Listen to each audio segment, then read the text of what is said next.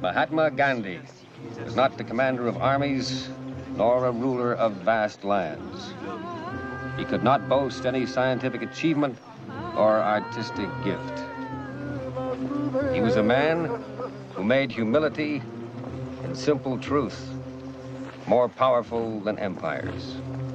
Generations to come will scarce believe that such a one as this, ever in flesh and blood, walked upon this earth.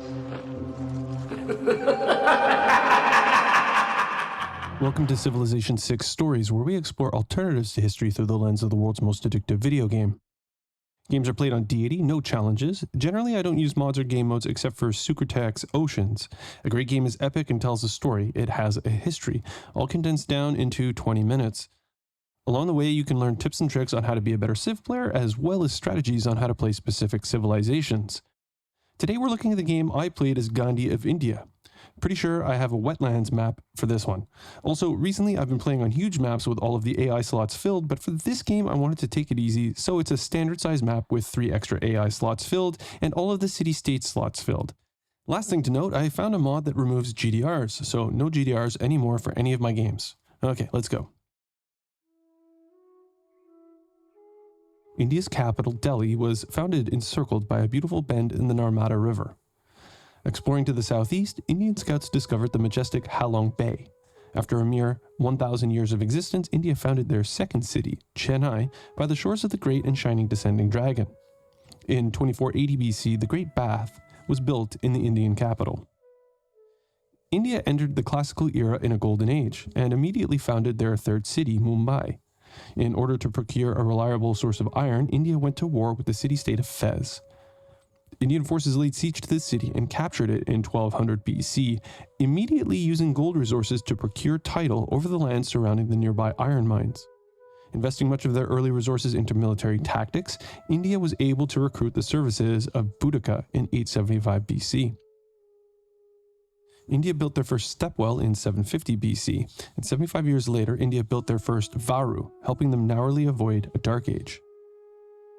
By the dawn of the medieval era, Indian and Greek armies had amassed along each other's borders. It was time for war. Using their vast wealth, Indian leaders recruited the services of the military forces of the city-state of Kabul. In the fighting, a great Indian general, Hannibal Barca, emerged.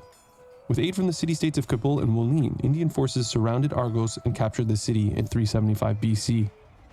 Suzerainty of Wolin was paying off as in 275 BC, India were able to recruit their third great general, Timur. In 175 BC, Canada and Greece allied in a military emergency against India. India would now have to fight on 2 fronts. Rushing to the defense of the nation, Ethelfled joined India in 25 BC. Canada put Fez under heavy siege, but Indian forces fought them off. Moments later, India's main army captured Mogadishu. In 225 AD, Kabul's forces left the field of battle, but it didn't matter. Indian forces had pushed back the Canadian army away from Fez, and the core of their military had swept away Greece's troops and was advancing upon Athens. The city fell in 300 AD. By the Renaissance, Indian influence in the region was becoming so strong that the city of Copan broke away from the Maya. In 475, Copan joined India. In 520, the Greek capital was captured by India. To further compound their enemy's misery, Amina emerged as a great general prepared to fight for the Indian cause. With the Greek Empire collapsing, the city of Corinth broke away in 660 AD. Eretria fell to the Indians 20 years later. In 880, Corinth joined India. Although Brantford had rejoined Canada with the veteran soldiers who had defeated the Greeks arriving from the west, Indian forces in the east were already charging into Canada, capturing Halifax in 1060 AD. By 1150 AD, the world had entered the industrial era. The Dutch were unable to hold the city of Haarlem, who broke away and threatened to join the Maya, whose forces were now advancing upon India's allied city-state of Wolin. Right around that time, Gandhi, the great warrior king, was uniting all of the great military minds to his cause, including José de San Martín. India captured Montreal that same year. In 1190, Toronto also fell. India was now top dog in the north, and Brantford, that wanted little to do with Canada for a long time, jumped on the opportunity to become part of India. By the middle of the 13th century, Canada's resolve was waning and the Indian offensive was too strong. Ottawa eventually fell. In 1320, India captured St. John. Wolin was under heavy siege and it looked like the city would fall. The Maya razed the city to the ground. There'd be no way to liberate the city that had provided so many great military minds to India. From that moment, Gandhi declared the Maya the mortal enemy of India. By 1360, Victoria had broken away from Canada. When Quebec City also decided that they'd had enough, it meant the end of Canada forever. Their lands were now a province of India.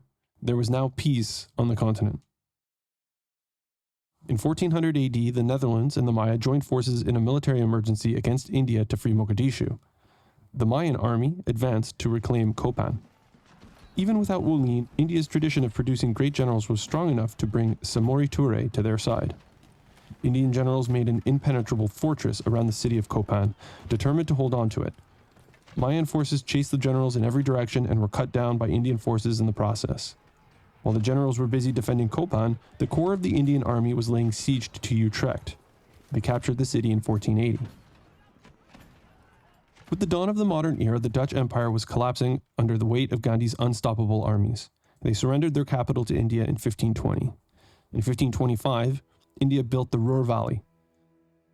With a modern era brought a modern government, and Gandhi chose to lead India as a fascist nation. India had taken a massive bite out of the Netherlands, but with their armies busy fighting the Dutch, it meant they could not make an offensive on the Maya. Gandhi, always the negotiator, struck a very favorable deal for India that would fund their war against the Maya, but it meant peace between India and Wilhelmina. Now armed with artillery, Indian forces crashed through the walls of Haarlem and took the city in 1575. Now alone in their struggle against India, there was little the Maya could do. Calakmul was captured in 1595. Palenque fell soon after. By 1630, India was ready to take on the Dutch again, and Gandhi declared a war of territorial expansion against Wilhelmina. In 1645, India recruited yet another great general. This time it was General Douglas MacArthur. Despite needing to now fight a war on more than one front, anywhere an Indian military unit went, they could not be impeded. India captured the Mayan capital Wat Kapnal in 1650. They captured The Hague 5 years later. The Indian army was now pushing eastward against the Maya and Dutch as though they were a single united front. India entered the atomic era in yet another golden age. The Mayan Empire was falling apart and India captured Tikal in 1750. India's ancient Greek capital of Sparta was a great city and had already built the Colosseum and the Bolshoi Theater. In 1730, it also built the Eiffel Tower. Ever a friend to the smaller powers, when Gandhi noticed Menelik II, Lord of Ethiopia, advancing upon Mexico City, India declared a protectorate war, promising to come to the aid of the city-state. India began their disarmament of Ethiopia by capturing the Aztec-founded city of Texcoco on the Mexican island between the continents in the Panthalassic Ocean.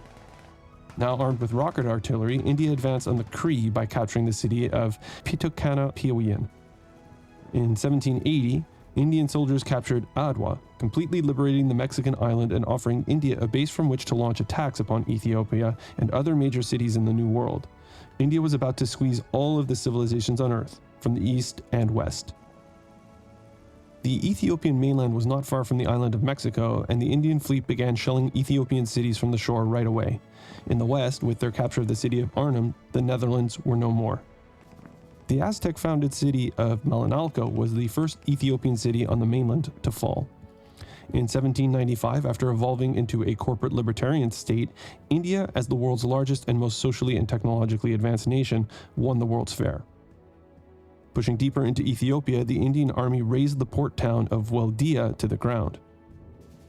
In 1810, India continued monopolizing great generals when they recruited Ahmed Shah Massoud. India's invasion into France was underway and began in earnest with their capture of the capital, Paris, that same year.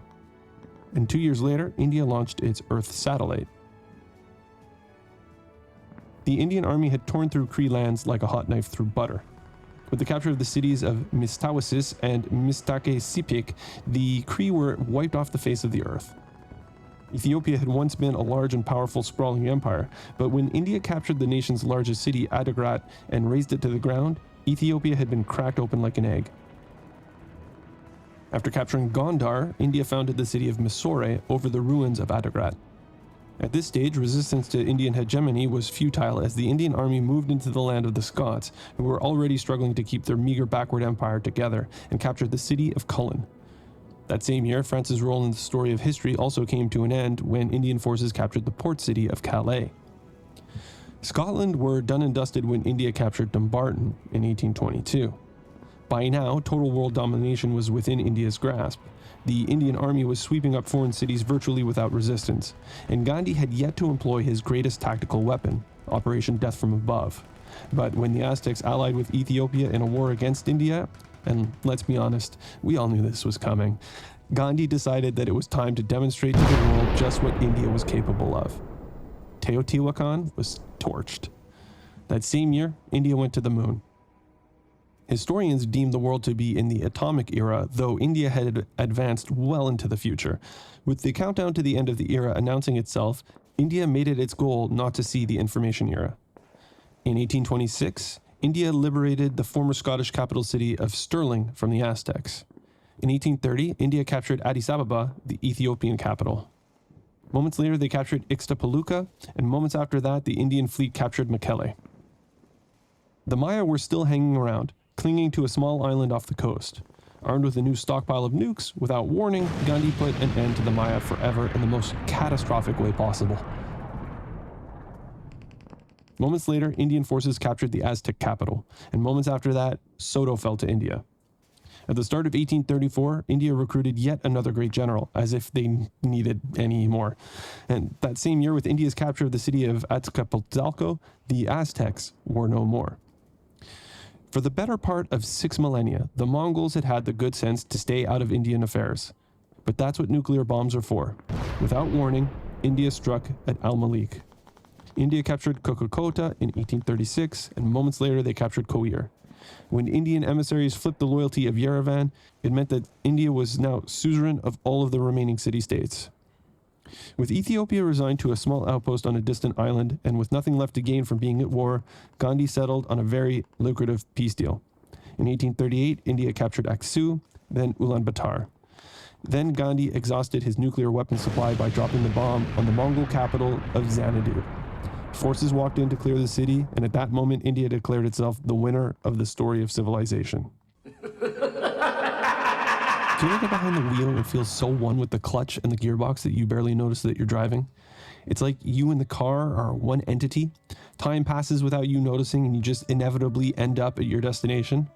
That's what this game felt like. I feel like I got every green light and never suffered a single setback. Downhill the whole way. I always say that the surest sign you've played a truly dominant game is when there are still great people left to patron, and in this game, there were a bunch. The only great person types that got exhausted were prophets, obviously, and great generals, over which I had a veritable monopoly. There were still great scientists left to patron. The AI love hunting for their great scientists, and any veteran of Civ 6 will know and can tell you that to get to the end of the game with some of them still kicking around is pretty rare. All that being said, playing as Gandhi and India is a strange experience because, as I mentioned in my video about India and Beyond Civilization, I always crush it as them. But when I read their bonuses, I always feel apathetic about them. Some civs have bonuses that, when you swing into them, you really notice and you say, this is great, this bonus is really doing something for me. But with India, I don't know. You don't feel anything. You just drive all over people. It's like their bonuses mean you don't suffer anything negative. No amenities shortages or yield drops because of unhappiness. It's weird because it just seems to all be happening around you while you nonchalantly walk over your opponents. I even had a classical era golden age, didn't bother with the religion at all, and had a golden age in just about every era from the Renaissance on. I call India a mid to low tier civ, but maybe I have to rethink that. Or maybe I've just cracked the formula for this game. One of the things I'm most proud of in this game was my use of the Nihang unit. For the first time in my life, I not only kept a Nihang unit alive, but I kept them alive enough to become fully promoted and turn them into a pretty effective unit. In my video about the city-states, I talked some serious shit about Lahore and their Nihang unit. But you know what? You did all right there, buddy. Not enough to change my mind, I don't think, but you did all right.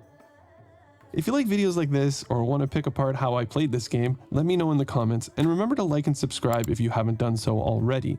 Thanks for watching, and remember to keep playing and making your own civilization story, your own amazing path through history, and I'll see you next time.